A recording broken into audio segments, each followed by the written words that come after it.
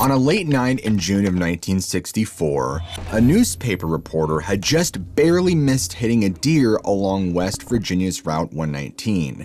It had come out of nowhere, and for a moment, it had seemed like he might crash right into it. It was the largest albino buck he had ever seen in his life. But even stranger is that other people around town would start seeing the same deer and ultimately would change the entire town forever. You won't want to miss this one. On the evening of June 16th, 1964, a 32-year-old newspaper reporter named Robert Cockrell finished up his shift at a small town in West Virginia and began walking back out to his car. It had been a pretty typical Tuesday at the paper. He'd written up a story about the upcoming 4th of July parade, edited some classified ads, and now he was ready to head home. Robert had grown up in the area and he'd been working at the Sentinel for almost 10 years. Honestly, not much happened in this little town anymore. Back in the early 1900s, this had been a booming railroad hub, but by the 60s, it had settled into this quiet existence where the biggest news was usually about high school football games or church fundraisers. But he didn't think anything of it as he climbed into his car, started the engine, and began his familiar drive home. The route took him along the western bank of Tygart River. It was a dark road with few streetlights, and most of the time, the only source of light was his headlights on the pavement ahead, and sometimes he could see the moonlight reflecting off the water. Robert isn't thinking about anything in particular as he heads out of town. He's tired and just wants to get home and get to bed. As Robert's driving along, about halfway home, he hears this sound, and it was this really high-pitched whistling noise, almost like when wind goes through a crack in your window, except his windows were rolled up. And Robert's thinking that maybe there's something wrong with his engine, so he slows down a bit, but the sound seems to be coming from outside the car, from the direction of the river. And then, as Robert comes around this bend, his headlights catch something that makes him immediately hit the brakes. Because there, maybe 50 yards ahead of him, is this massive white deer. Robert had seen hundreds of deer in his life, but he had never seen an albino deer before. And it wasn't just the fact that it was an albino deer. This was the biggest he had ever seen. I mean, this had to have been at least 6 feet tall at the shoulder. And Robert's sitting in his car watching this incredible animal slowly walk across both lanes of the road and then disappear into the woods on the other side. Robert's first thought isn't fear or confusion. It's excitement. Because as a newspaper reporter, he knows this is actually a story. An albino deer that size, I mean, that's the kind of thing that people would want to read about. Some hunter would probably pay thousands of dollars just to know where this thing was. So he makes a mental note of exactly where he is on the road, and then he continues home. But when he gets there, instead of going to bed, he can't stop thinking about what he just saw.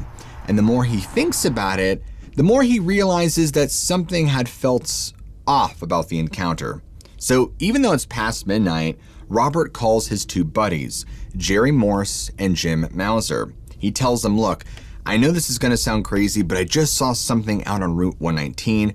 I need you guys to come with me to check it out. And something about the way Robert sounded on the phone, he wasn't excited, but he was almost kind of nervous.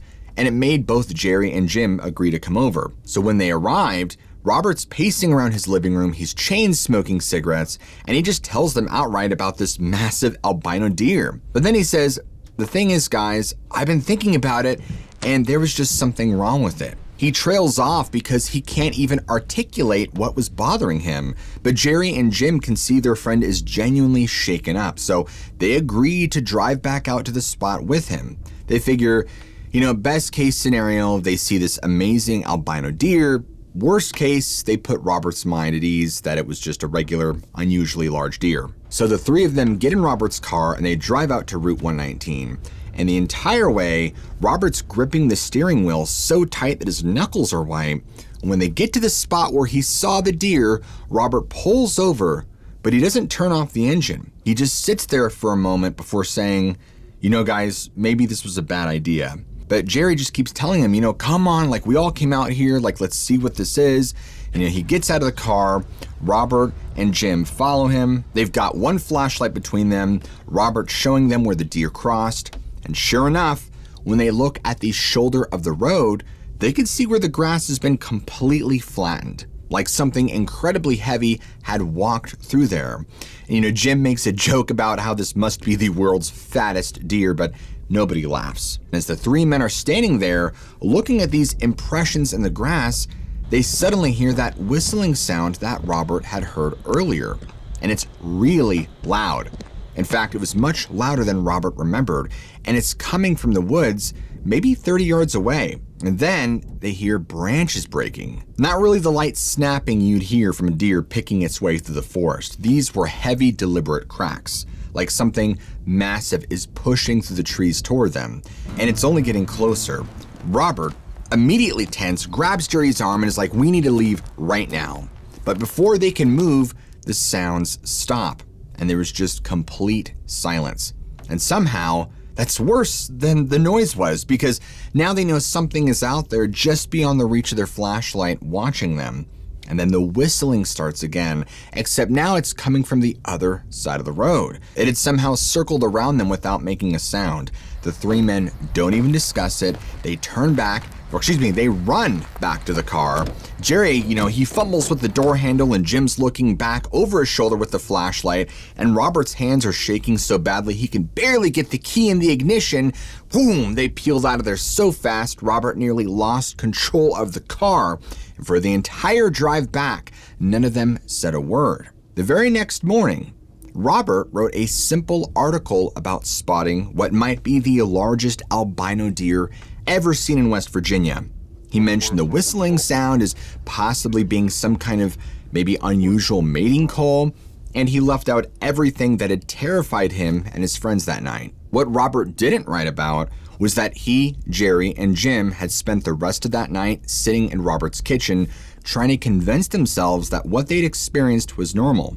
They were basically doing mental gymnastics to explain away their fear. But when Robert's article came out in the paper that Thursday, something unexpected happened. The newspaper started getting phone calls. Lots of them. The first call came from a housewife named Margaret Benson, who lived about 3 miles from where Robert had his sighting. And she said that 2 nights before Robert's encounter, so that would be like June 14th, she had been closing her curtains for the night when she saw something white moving through her backyard. And she said it was this enormous white deer walking really slowly past her garden. Margaret told the newspaper that she'd actually called her husband over to look, but by the time he got to the window, it was gone. She said the only strange thing was that their German Shepherd, who usually barked at every deer that came near the property, had been completely silent. In fact, the dog was actually spooked and had hidden under their bed. 2 teenagers, Bobby Garrett and Tom Hutchinson, who said they'd seen the same white deer down by the river 5 days earlier. They'd been fishing at dusk when they spotted it on the opposite bank. Bobby claimed that they tried to get closer to get a better look, and this is what he told the newspaper, that it went into the water, which was weird because the river's pretty deep there, and deer usually don't like deep water. Tom added another detail. He said when they saw it walking along the riverbank, it looked like it had some kind of problem with its legs because it was taking these really long, strange strides, like it was stepping over invisible obstacles. So within 3 days of Robert's article being published, the newspaper had received over 20 calls about this strange albino deer. And the interesting thing was, these sightings weren't all recent. Some people were calling in to report things they'd seen weeks or even months earlier, but hadn't mentioned it because they thought nobody would believe them. A farmer named Ed Cutler, who said that back in April, he'd actually lost 3 chickens in one night. And when he went out in the morning to investigate, he found these huge tracks in the mud near his chicken coop. He said they looked like deer tracks, but they were way too big, and this is how he described it. They were spaced way too far apart, like whatever made them had really long legs. But then came the incident with Woody Williams and his father. It was July 18th, about a month after Robert's first sighting. Woody and his dad, Carl Williams, had spent the afternoon cutting firewood on their property, which backed up to a thick stretch of forest not far from the river. At the time, they were loading the last of the wood into their pickup truck when their dog, a usually calm bloodhound named Duke, started going absolutely berserk. Duke was barking and snarling at the tree line, but he was also backing up, pressing himself against Woody's legs like he was terrified. And Carl Williams, who had hunted in these woods for 40 years, would later tell police that he'd never heard his dog make sounds like that before. Carl told Woody to get the shotgun from the truck, not to shoot anything, and just to have it ready. Because in all his years in these woods, he had learned to trust when animals acted strange. I mean, it usually meant something was wrong. So he grabbed the shotgun, handed it to his father, who loaded it, but kept it pointed at the ground. And they just stood there watching the tree line and listening. And they heard these heavy footsteps, maybe 50 yards away, moving slowly but deliberately toward them.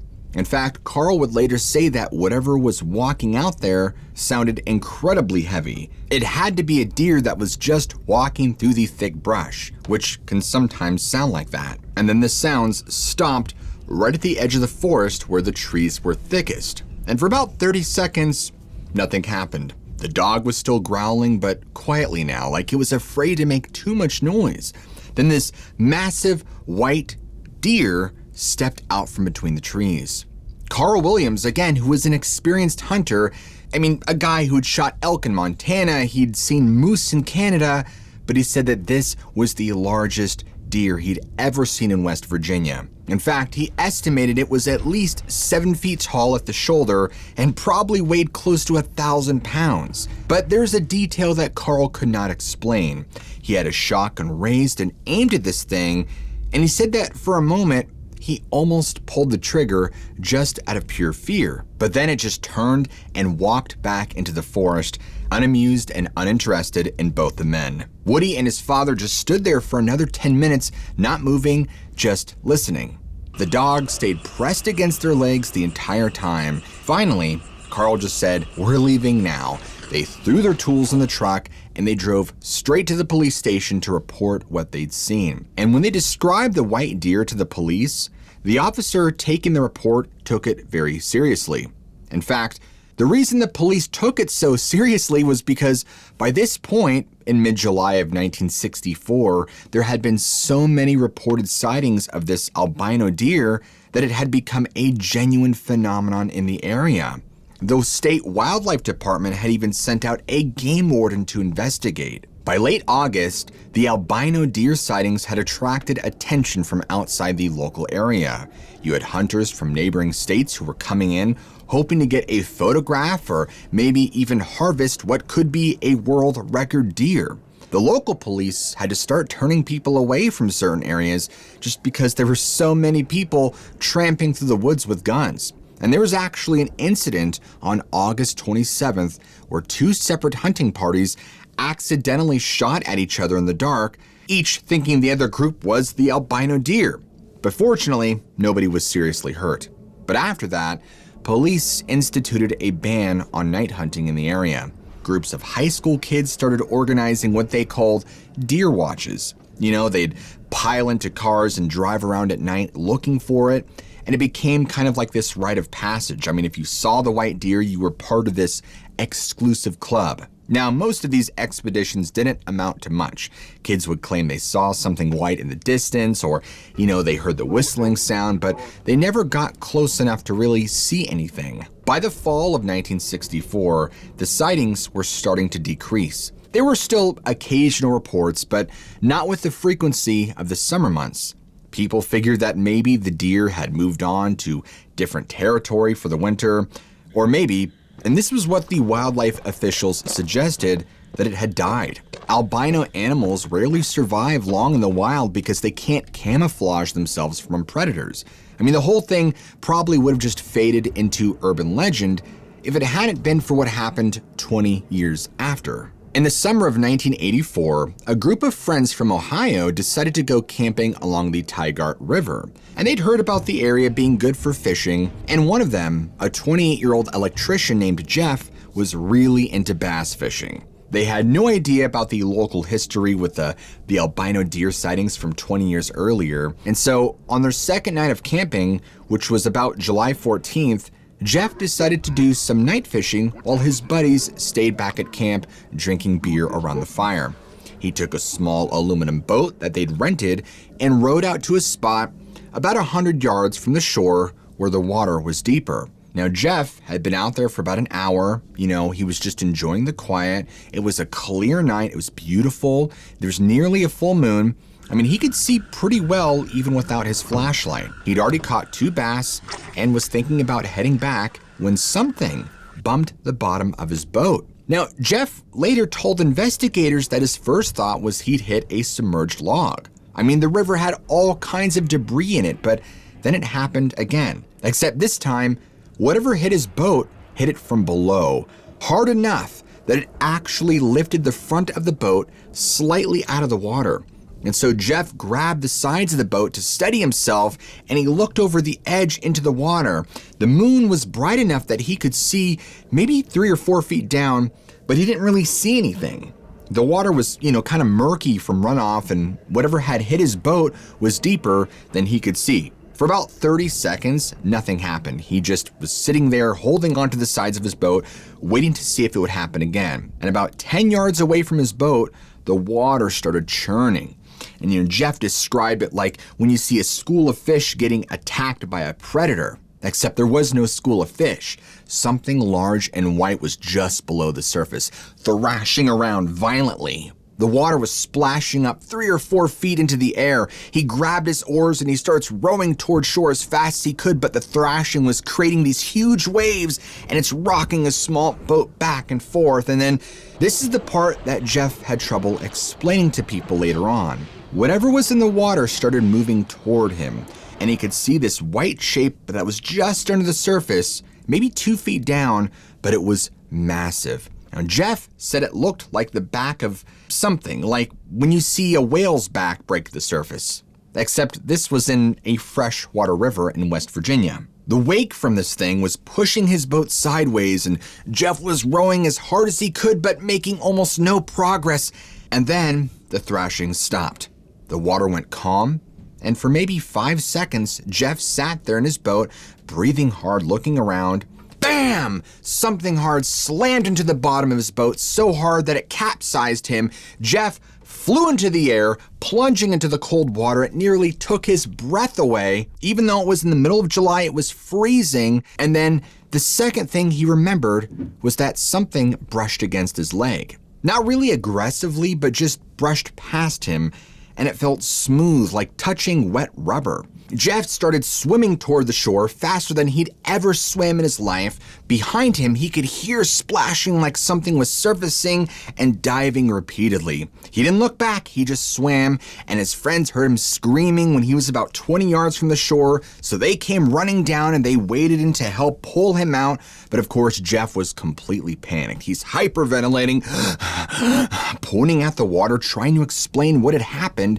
But his friends looked out at the river, which was now completely calm, and Jeff's aluminum boat was gone. He was completely terrified out of his mind. He was drenched, he was shivering, he could barely speak. But when the police arrived and they had a chance to talk to him and calm him down, he actually gave a very detailed and specific account that, as it turns out, matched the decades-old descriptions of the same animal people reported seeing nearly 20 years before. Now, I need you all to understand that this wasn't simply teenagers getting drunk and causing a ruckus and slipping in the water. This was such a big deal that it actually reignited interest in the events that had transpired nearly 20 years before in 1964. After Jeff's encounter made the local news, it caught the attention of a ufologist by the name of Gray Barker. He became convinced that whatever people were seeing in the Tygart River area was not a deer at all, but something possibly extraterrestrial.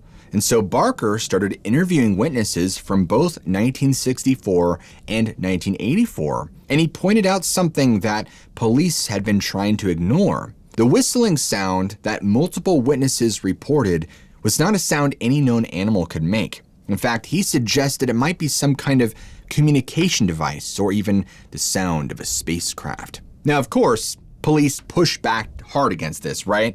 I mean, the mayor of the town was quoted in the newspaper saying that all this talk of monsters and UFOs was just bad for business. The police chief suggested that people in 1964 had probably just seen, I don't know, somebody moving equipment on a handcart at night. You know, from a distance, I mean, it could look like what people had described. Others claimed that there was no such thing as a large albino deer, that this was all an escaped polar bear from a traveling circus, though no circus ever reported missing a bear, and nobody could ever explain how a polar bear would survive for 20 years in West Virginia. I'm not saying you should believe everything you hear, but sometimes the mental gymnastics these people pull to try and rationalize things just doesn't really work. Unfortunately, nobody had answers. There was no physical evidence other than eyewitness testimony, and the descriptions were just too fantastical to realistically accept. I mean, where were the footprints, the photographs, fur, badly taken Polaroids, anything? Regardless of all of it, eyewitness testimony continued to spread, and they gained so much popularity at the time that it made its way into the national newspapers. And so at this point, you might be wondering, what on earth were all of these people seeing? What Robert Cockrell saw that night in June of 1964 and all the other eyewitnesses was not this large albino buck like I've led you all to believe. In fact, it was far more terrifying. What they saw was a figure that stood anywhere between 7 to 9 feet tall, extremely broad shoulders, potentially 5 feet wide, moving with a very awkward and lumbering gait. But before you scream, "It was Bigfoot!" that's not the case, because there were many other strange details that didn't really fit that Bigfoot mold. It didn't seem to have a head, or at least not one that could be seen. It was just these massive shoulders on top of this burly white body. And equally strange was the fact that it didn't appear to have fur, but this pale, seal-like skin. Or I guess the closest resemblance would be like the fur on a baby seal. And in fact, it was commonly described like this: a gigantic white rectangle with arms moving across the highway on 2 legs. Now, the entire time, it somehow continued to make that whistling noise, but Robert was never able to physically see how the noise was made because it didn't really have much of a face. It was evident that whatever this was, it was completely unnatural. Today, this beast is most famously known by something you've probably all heard. It is the Grafton Monster. As for the town of Grafton, it embraced all these old stories and now is one of the many towns across America boasting a cryptid economy. I mean, people still come to town to see where the sightings took place, and just like Point Pleasant and the Mothman, there is a lot of interest, but sightings are, of course, far and few in between. Robert Cockrell, who worked for the official newspaper in Grafton at the time, the Grafton Sentinel, never once changed his story about what he saw that night in June of 1964. And until his death, swore that he had encountered something truly unexplainable on Riverside Drive. Unfortunately, whatever the Grafton Monster is, or if it even truly exists, will remain a mystery. And because you guys made it this far into the episode, I want you to all comment down below albino, so that way I know who made it to the end and who didn't. And if you guys enjoy storytelling like this, where we deep dive into strange cases of the mysterious and supernatural, what are you guys waiting for? Smack that like and subscribe button right now for more content just like this from yours truly. And never forget, I love you all. Keep an open mind, and I'll see you all in the very next episode.